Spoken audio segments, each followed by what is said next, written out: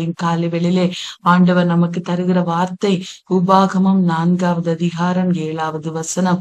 நம்முடைய தேவனாகிய கர்த்தரை நாம் தொழுது கொள்ளுகிற போதெல்லாம் அவர் நமக்கு சமீபமாயிருக்கிறது போல தேவனை இவ்வளவு சமீபமாய் பெற்றிருக்கிற வேறே பெரிய ஜாதி எது?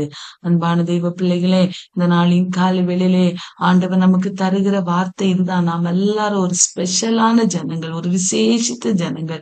ஏன் தெரியுமா? நம்ம ஆண்டவரை நோக்கி கூப்பிடுகிற போதெல்லாம், அவரை நோக்கி தொழுது கொள்ளுகிற போதெல்லாம் அவர் நமக்கு சமீபமாய் வந்து நம்முடைய வேண்டுதல்களை கேட்கிறார், நம்முடைய விண்ணப்பங்களை கேட்கிறார், நம்முடைய கண்ணீரை காண்கிறவராய் இருக்கிறார். ஆகவேதான் இவ்வளவு நாம் ஜெபிக்கும் போதெல்லாம் நம் அருகிலே வந்து நமக்கு நம்முடைய விண்ணப்பங்களை கேட்கிற இந்த தேவனை இவ்வளவு சமீபமாய் பெற்றிருக்கிற வேறே பெரிய ஜாதி எது என்று வசனம் சொல்லுகிறது. இந்த காலை வேளையிலே நம்ம எல்லாருடைய இருதயங்களிலும் ஒரு விசேஷித்த ஒரு சந்தோஷம் உண்டாகணும். என் ஆண்டவரை நான் தொழுது கொள்ளுகிறவள், என்னுடைய ஆண்டவர் என்னோடு இருக்கிறார். நான் ஒரு விசேஷித்தமுள்ள ஒரு மகள், நான் ஒரு பாக்கியமுள்ள ஜனம், என்னுடைய ஜனம் பாக்கியமுள்ள ஜனம் என்று சொல்லுகிறவர்களாய் காணப்பட வேண்டும் பிரியமானவர்களே. ஏன்னா ஆண்டவரை நாம் தெய்வமாக கொண்டிருப்பது நமக்கு ஒரு பாக்கியம் பிரியமான எத்தனையோ பேருக்கு. இந்த சந்தோஷம், இந்த மனமகிழ்ச்சி, ஆண்டவர் நமக்கு தருகிற சமாதானம், சந்தோஷம் இந்த உலகத்துல எத்தனையோ ஜனங்களுக்கு இல்லாம இருக்கிறது. ஆனா நாம் ஆண்டவரை தொழுது கொள்ளுகிற போதெல்லாம் அவர் நமக்கு சமீபமா இருந்து தாயாக, தகப்பனாக, தந்தையாக, உற்றாராக, உறவினராக இருந்து நம்மை ஆறுதல் படுத்தி தேர்தல் படுத்துகிற இவ்வளவு பெரிய தெய்வத்தை நாம் ஆராதிக்கிறோம். ஆகவே நாம் எதற்கும் சோர்ந்து போக வேண்டிய அவசியம் இல்லை. ஆண்டவர் நம்மோடு இருந்து பெரிய காரியங்களை செய்ய வல்லவர் என்கிற இந்த விசுவாசத்திலே நாம் ஒவ்வொரு நாளும் வளருகிறவர்களா இருக்க வேண்டும் பிரியமானவர்களே. இந்த உபாகமம் 4வது அதிகாரத்திலே நாம் பார்க்கும்போது ஆண்டவர் இஸ்ரவேல் ஜனங்களை பார்த்து அநேக கட்டளைகளை அவர் சொல்லுகிறதை பார்க்கிறோம் மோசேயின் மூலமாய். மோசேதான் இந்த அதிகாரத்திலே எல்லா காரியங்களையும் சொல்லுகிறார் இஸ்ரவேல் ஜனங்களுக்கு. ஆண்டவர் சொல்லுகிறார், நான் உங்களுக்கு தந்திருக்கிற இந்த கட்டளைகளை ஒன்றை நீங்க கூட்டவும் வேண்டாம், ஒன்றை நீங்க குறைக்கவும் வேண்டாம். நீங்க அதை கை கொள்ளணும்.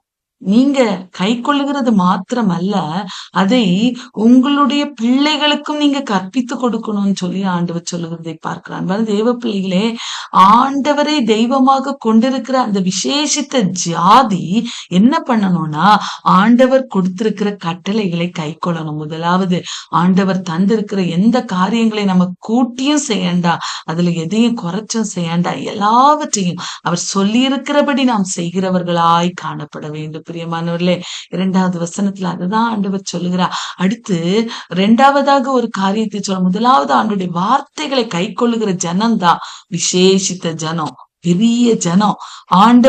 ஆண்டவரை நோக்கி கூப்பிடுகிற போது ஆண்டவர் அவர்கள் அருகாமையிலே கடந்து வந்து அவர்களை ஆசீர்வதிக்க வேண்டுமே. ஆனால் முதலாவது ஆண்டுடைய கற்பனைகளுக்கு கீழ்ப்படுகிற ஒரு ஜனமாய் அந்த ஜனக்கூட்டம் இருக்கணும் பிரியமானவர்களே. 2வதாக ஆண்டவர் சொல்றார் பாருங்க, இஸ்ரவேல் ஜனங்கள் அப்படியே வனாந்திர வழியாய் நடந்து வரும்போது பாகால் பேயோரை அந்நிய தெய்வங்களை வணங்கி அவர்கள் தொழுது கொண்ட போது கர்த்தர் அவர்கள் எல்லாரையும் அழித்து போட்டாராம். ஆகவே நீங்கள் உங்கள் தேவனாகிய கர்த்தரை மாத்திரம் நீங்க பற்றி கொண்டிருக்கிறபடினால இந்நாள் வரைக்கும் உயிரோடு இருக்கிறீங்க. அதனால நீங்க என்ன உண்மையை உத்தமமாய் பின்பற்றி என்னை தொழுது கொள்ள வேண்டும் என்று சொல்லி ஆண்டவர் விரும்புகிறார். இந்த உலகத்துல எந்த ஒரு அந்நிய காரியங்களையும் ஒதுக்கி வைத்து விட்டு ஆண்டவருடைய பிள்ளைகளாய் ஆண்டவரை அவரை மாத்திரம் தொழுது சேவிக்கிற பிள்ளைகளாய் நாம் மாற வேண்டும் என்று சொல்லி ஆண்டவர் விரும்புகிறார் பிரியமானவர்களே. இந்த 6வது வசனத்திலே சொல்லப்பட்ட ஆகியால் அவைகளை கை கொண்டு நடவுங்கள், ஜனங்களின் கண்களுக்கு முன்பாகவும் இதுவே உங்களுக்கு ஞானமும் வேகமா இருக்கும். அவர்கள் இந்த கட்டளைகள் எல்லாம் கேட்டு இந்த பெரிய ஜாதியே ஞானமும் வேகமுள்ள ஜனங்கள் என்பார்கள் என்று வார்த்தை சொல்லுகிறது. இவ்வளவு பெரிய ஜாதி எது என்று கேட்டார்களே, அந்த ஜாதிக்கு அந்த ஜாதி ஆண்டுடைய வார்த்தைகளை கற்பனைகளை கை கொள்ளும் போது எல்லா ஜனங்களும் அவர்களை பார்த்து என்ன சொல்வார்கள் தெரியுமா? இவர்கள் தான் ஞானமும் வேகம் உள்ளவர்கள், இந்த பெரிய ஜாதியே ஞானமும் வேகமுள்ள ஜனங்கள் என்று உங்களை சுற்றி இருக்கிற ஜனங்கள் சொல்லுவார்கள். அப்படி சொல்ல வேண்டுமே ஆனால் அவருடைய கற்பனைகளை கை கொண்டு அவர் சொல்லுகிற வார்த்தைகளை கேட்டு நாம் நடக்கிறவர்களாய் இருக்க வேண்டும். அன்பான தெய்வ பிள்ளைகளே, அவ்வளவு பெரிய ஜாதியாய் ஆண்டவர் தெரிந்தெடுக்கிற ஜனமாய் நாம் இந்த உலகத்துல தெரிந்து கொண்டிருக்கிற ஜனமாய் நாம் மாற வேண்டுமே ஆனால் வார்த்தைகளுக்கு செவி கொடுக்கணும். அவர் சொல்லி இருக்கிற காரியங்களுக்கு செவி கொடுக்கணும்.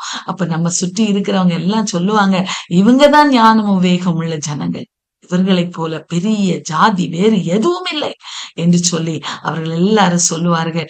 ஆகவே இவ்வளவு தேவனை நீங்க தொழுது கொள்கிற போதெல்லாம் அவர் சமீபமா இருக்கிறது போல நீங்க அவரை தேவனை இவ்வளவு சமீபமாய் பெற்றிருக்கிற வேறு ஜாதி எது என்று சொல்லி வார்த்தை சொல்லுகிறது. அடுத்து பாருங்க, உங்களுக்கு இந்த உலகத்துல நீதியின் நியாயமாய் நடப்பதற்கு நீதி உள்ள கட்டளைகளை நியாயங்களையும் பெற்றிருக்கிற வேறே பெரிய ஜாதி எது என்று கேட்கிறார். அன்பான தெய்வ பிள்ளைகளே, இந்த உலகத்துல எத்தனையோ ஜனங்கள் எத்தனையோ அறிவுரைகள் இல்லாதவர்களாய், அட்வைஸ் இல்லாதவர்களாய், வசனங்கள் இல்லாதவர்களாய் காணப்படுகிறாங்க. ஆனா நம்முடைய ஆண்டவர் நமக்கு விலையேறப்பட்ட வேதத்தை தந்திருக்கிறார், வார்த்தைகளை தந்திருக்கிறார். நம்ம என்ன செய்யணும், எப்படி நடக்கணும், இந்த உலகத்துல எப்படி ஓடணுங்கிறத எல்லாவற்றையும் அந்த வேதத்துல எழுதி வைத்திருக்கிறார். இவ்வளவு நீதியுள்ள கட்டளைகளை நியாயங்களையும் பெற்றிருக்கிற நம்மை போல வேறே பெரிய ஜாதி இந்த உலகத்துல இல்லை பிரியமானவர்களே. அந்த எண்ணம் நம்முடைய இருதயத்துல எப்போதும் இருக்கணும் பிரியமானவர்களே. அடுத்த ஆண்டவர் சொல்லுகிறார் பாருங்க, நீங்க இந்த கட்டளைகளை நீங்க கை கொள்ளணும், நீங்க அவருக்கு பயந்திருக்கணும். அது மாத்திரமல்ல, உங்க பிள்ளைகளுக்கும் நீங்க அதை போதிக்கணும் பிரியமானவர்களே.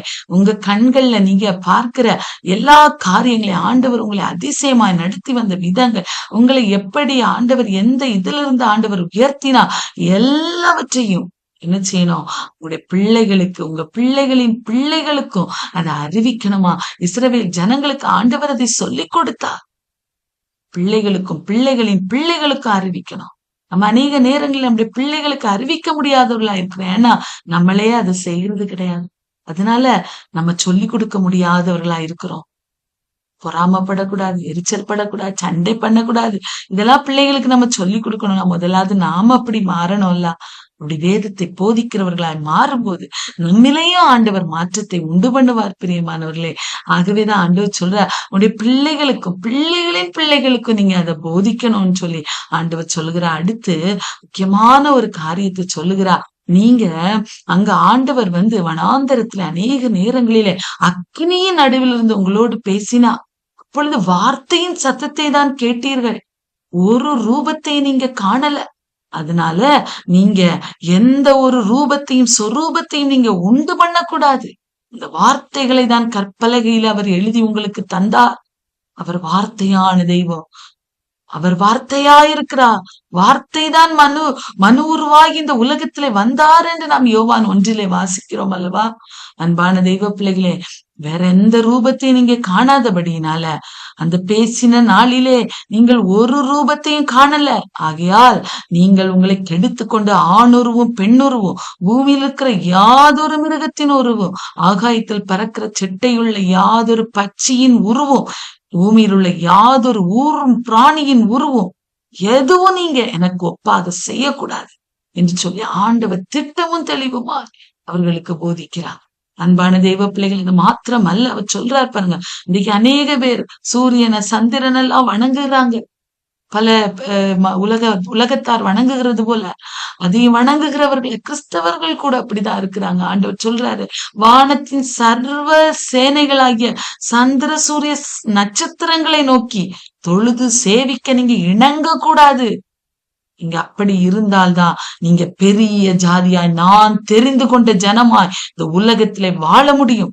ஆகவே உங்கள் ஆத்துமாக்களை குறித்து மிகவும் எச்சரிக்கையாயிருங்கள் என்று சொல்லி ஆண்டவர் திட்டமும் தெளிவுமாய் சொல்லுகிறார். அன்பான தெய்வ பிள்ளைகளே, இந்த காலை வேளையிலே இந்த அதிகாரத்தை நீங்க வீட்டுல சென்று வாசியுங்கள். ஆண்டவர் உங்களோடு பேசுவார். அநேக காரியங்களை ஆண்டவர் சொல்லி இருக்கிறார். யார் விசேஷித்த ஜனம் தெரியுமா? யார் பாக்கியமுள்ள ஜனம் தெரியுமா? யார் பெரிய ஜாதி தெரியுமா? அவரை உண்மையாய் தொழுது சேவிக்கிறவர்களா, அவரை ஆவியோடும் உண்மையோடும் தொழுது சேவிக்கிறவர்கள் தான் ஆண்டவருடைய ஜனம், அவரை நேசிக்கிற ஜனம். அவர்கள் நீதியும் வேகமுள்ள ஜனங்களாய் கருதப்படுவார்கள்.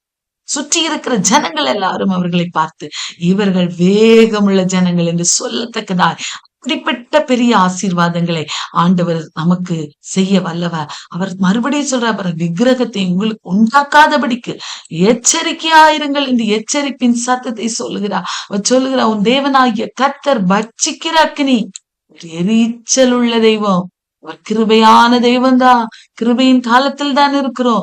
ஆனா அவர் சொல்லுகிறதை செய்யாதபடிக்கு கோபமூட்டுகிறவர்களாய் இருக்கும்போது அவர் பட்சிக்கிற அக்கினியாய் மாறி விடுவார்.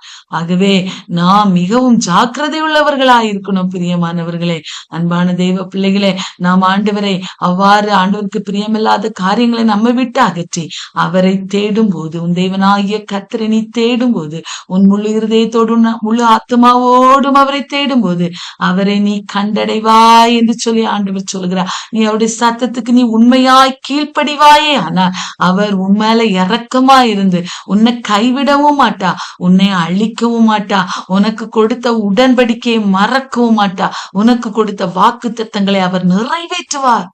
அவர் சொன்ன வார்த்தைகளை நாம் நிறைவேற்றணும். அவர் நமக்கு தந்திருக்கிற கற்பனைகளை கை கொள்ளணும்.